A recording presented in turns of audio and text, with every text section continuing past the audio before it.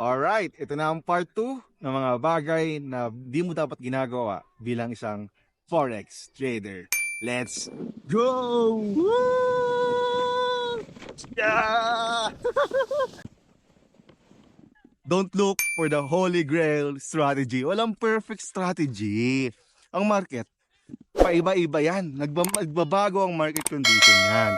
Iba ang strategy na tamang nag-work sa mga trending market at may mga strategy na naman na nag-work sa mga ranging market. Importante na dapat meron kang strategy for trending market at iba pa yung strategy mo for ranging market. In that way, pwede kang kumita in different market condition. Alright?